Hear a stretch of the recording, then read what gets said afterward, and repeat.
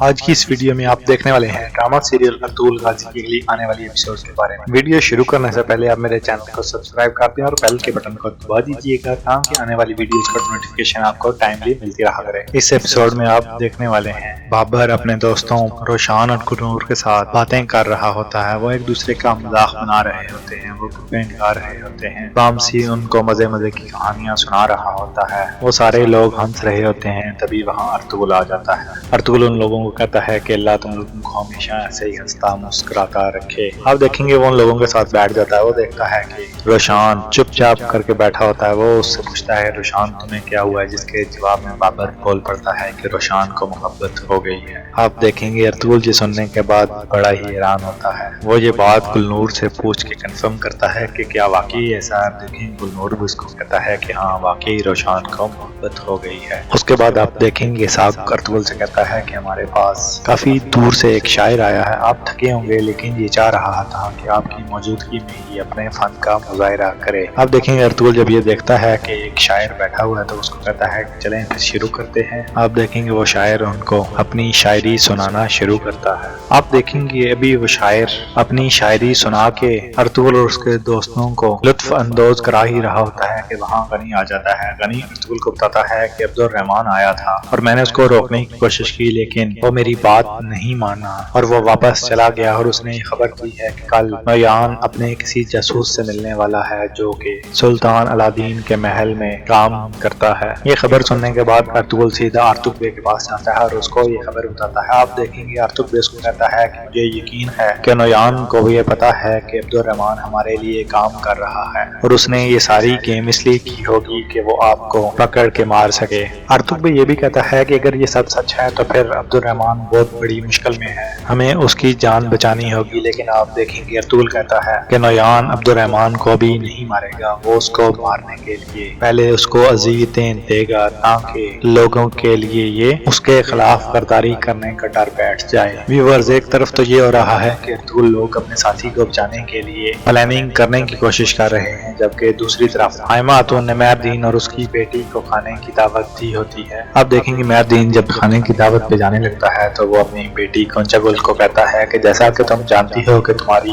گلداروں سے شادی ہونے والی ہے، لیکن تم کبھی بھی گلداروں کے ساتھ محبت نہ کرنا، کیونکہ میں صرف گلداروں کو استعمال کر رہا ہوں تاکہ ارطغرل کو اپنے رستے سے ہٹایا جا سکے، اور بہت جلد گلداروں کو میں ارطغرل کی طرح اپنے رستے سے ہٹا دوں گا، اور میں نہیں چاہتا کہ تم اس کے لیے کبھی بھی رو، اس لیے تم خود کو سنبھالنا اور کبھی بھی اس کے اندر انوالو نہ ہو جانا۔ اس کے جواب میں گونچا گل کہتی ہے کہ بابا جیسا آپ کہیں گے ویسا ہی ہوگا، اور آج کے بعد میں اس مشن کے اوپر کام کروں گی، نہ کہ میں خود گلداروں کے ساتھ محبت کرنے لگ جاؤں۔ یہ باتیں کرنے کے بعد مہردین اپنی بیٹی گونچا گل کو کہتا ہے کہ چلو پھر کھانے کی دعوت پہ چلتے ہیں، یہ نہ ہو کہ تمہاری ساس ہمارا ویٹ کر رہی ہو، اس طرح کسی میزبان کو اور خاص طور پہ اپنی ساس کو انتظار نہیں تمہیں کروانا چاہیے۔ اب دیکھیں گے جب وہ لوگ حائمہ خاتون کے خیمے میں جا رہے ہوتے ہیں کھانے کی دعوت پہ، تبھی شہناز خاتون ان کے خیمے میں آتی ہے تاکہ وہ لاکٹ ڈھونڈ سکے جو شہناز خاتون نے اس عورت کو دیا تھا جو عالیہ کے وہ راز جانتی تھی، لیکن گونچا گل خاتون نے اس کو مار کے وہ لاکٹ اپنے پاس رکھ لیے۔ وہ ڈھونڈنے کے لیے وہ وہاں پہ آ جاتی ہے۔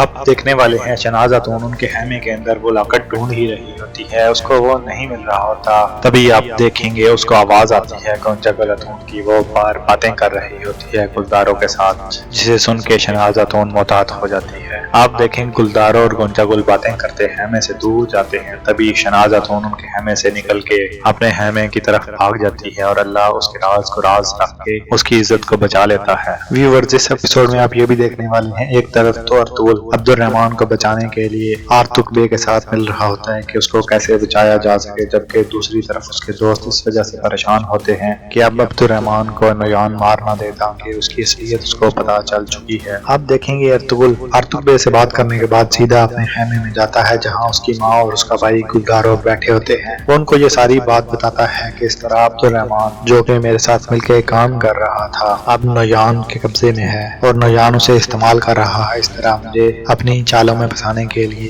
وہ اپنے بھائی سے کہتا ہے کہ مجھے تمہاری مدد کی ضرورت ہے تاکہ ہم نویان اور اس کے ساتھیوں پہ حملہ آور ہو سکیں اور اسی کی چالوں میں اس کو پھنسا کے اس کو مار سکیں۔ آپ دیکھنے والے ہیں حائمہ خاتون یہ سننے کے بعد اپنے بیٹے گلداروں سے کہتی ہے جو کہ سپاہیوں کا سپاہ سالار بھی ہوتا ہے کہ تمہارا اس بارے میں کیا خیال ہے، جس کے जवाब में आप देखें गुलदारो कहता है कि मेरा भाई बिल्कुल ठीक कह रहा है, अब हमें छुपने की जरूरत नहीं कि हम जंग लड़ेंगे और इस जंग में हमारी जीत होगी। और जैसा कि आप जानते हैं, एक तरफ तो अर्तुगरुल अपने भाई और अपनी माँ के साथ मिलके नोयान के ऊपर हमला करने वाला है, जबकि दूसरी तरफ आप देखने वाले हैं कि अब्दुर्रहमान जब बनी को ये खबर बता के वापस जाता है तो नोयान और उसके सिपाही उसी का इंतजार कर रहे होते हैं। अब्दुर्रहमान जैसे ही वापस वहां पहुंचता है तो नोयान के सिपाही उसके ऊपर हमला कर देते हैं और वो उसको नीचे गिरा देते हैं। वो तादाद में ज्यादा होने की वजह से अब्दुर्रहमान के ऊपर आसानी से काबिज हो जाते हैं। आप देखेंगे जब वो अब्दुर्रहमान के ऊपर हावी हो चुके होते हैं तो नोयान अपनी जगह से उठ के उसके पास आता है और उसको कहता है कि मैंने तुम्हें मौका दिया था कि तुम हमारे साथ मिलके एक बहुत बड़ी आर्मी जो खुदाई की आर्मी है उसके अंदर एक अच्छे कमांडर की हैसियत से काम कर सको, लेकिन तुमने हमारे साथ गद्दारी की और तुम्हें इसकी सजा मिलेगी।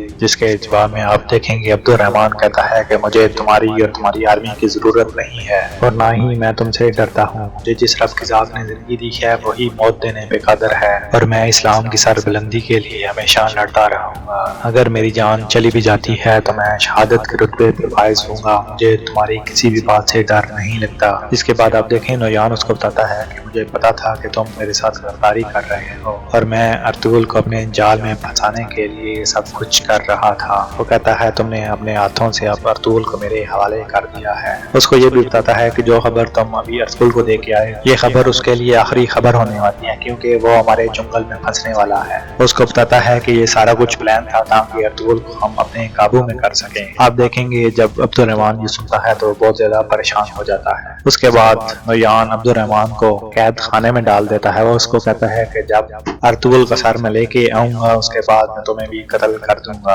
आप देखेंगे अब्दुर्रहमान उसको कहता है कि अर्तुगरुल तुम्हारे लिए उस हड्डी की तरह होगा जो कुत्ता खाने के बाद न उसे निगल सकता है न भूल सकता है। वो उसको कहता है वो तुम्हारी जान के ऊपर बन जाएगी, तुम अर्तुगरुल को कभी नहीं हरा सकोगे। आप देखेंगे नोयान ये सुनने के बाद बहुत ज्यादा गुस्से में आ जाता है। वो अब्दुर्रहमान के ऊपर गुस्से में बहुत ज्यादा तशद्दुद करता है और उसको मारता है। वो उसके सर के ऊपर डंडा मारता है जिसकी वजह से अब्दुर्रहमान बेहोश हो जाता है। व्यूअर्स आप देखने वाले हैं, एक तरफ तो नोयान अर्तुगरुल के ऊपर घात लगाने की प्लानिंग कर रहा है, लेकिन दूसरी तरफ आप ये भी देखने वाले हैं कि अर्तुगरुल अपने ही सिपाहियों के साथ मिलके नोयान के ऊपर हमला करने वाला है। आप देखेंगे वो अपने कबीले के सरदारों को बुलाते हैं और उनसे बात करते हुए कहते हैं कि हम कल नोयान से ऐलान जंग करने वाले हैं, जिसको सुन के कबीले के सरदार परेशान हो जाते हैं। आप देखेंगे कोरकत पे अर्तुगरुल से कहते हैं कि वो कोई चोर या डाकू नहीं है जिनके ऊपर हम हमला आवर होके उनसे जीत सकते हैं। कोरकत पे उसको कहता है कि हमें तो ये भी नहीं पता कि वो कहाँ पे हैं, जिसके जवाब में अर्तुगरुल कहता है कि मुझे पता है कि वो कहाँ पे है। ये सुनने के बाद मेहरदीन बड़ा ही हैरान होता है। वो कहता है तुम्हें ये बात कैसे पता चली कि नोयान कहाँ पे है, जिसके जवाब में अर्तुगरुल कहता है कि अब्दुर्रहमान जिसको आप लोग फांसी देने वाले थे उसको मैंने इस कबीले से निकाला था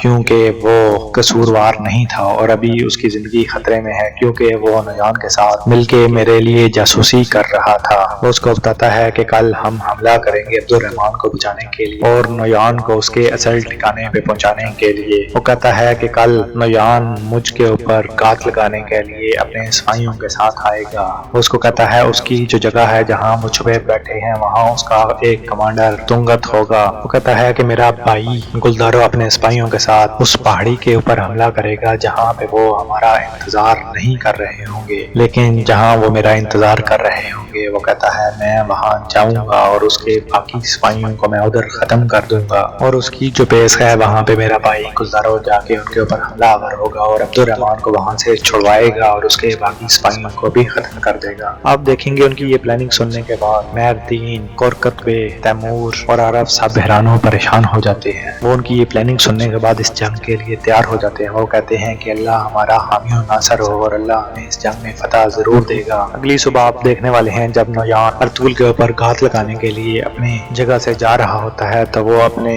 दोस्त शमन के साथ रूहों से बात कर रहा होता है, जबकि शमन उसको बताता है कि जब तक अर्तुगरुल जिंदा है नोयान तुम्हारे लिए कोई जीत नहीं हो सकती, क्योंकि वो अपनी रूहों से बातें करते हुए ये पता चला चुका होता है कि अर्तुगरुल उनके लिए एक और मुसीबत लाने वाला है। ये सुनने के बाद नोयान गुस्से में आ जाता है और वो वहाँ से चला जाता है कि वो आज अर्तुगरुल को मार के ही वापस आएगा। व्यूअर्स आपको मेरी ये वीडियो कैसी लगी? अगर आपको मेरी ये वीडियो पसंद आई है तो मेरी वीडियो को लाइक कर दें और मेरे चैनल को सब्सक्राइब कर दें और बेल के बटन को दबा दीजिएगा ताकि आने वाली वीडियो आपको मिलती रहे।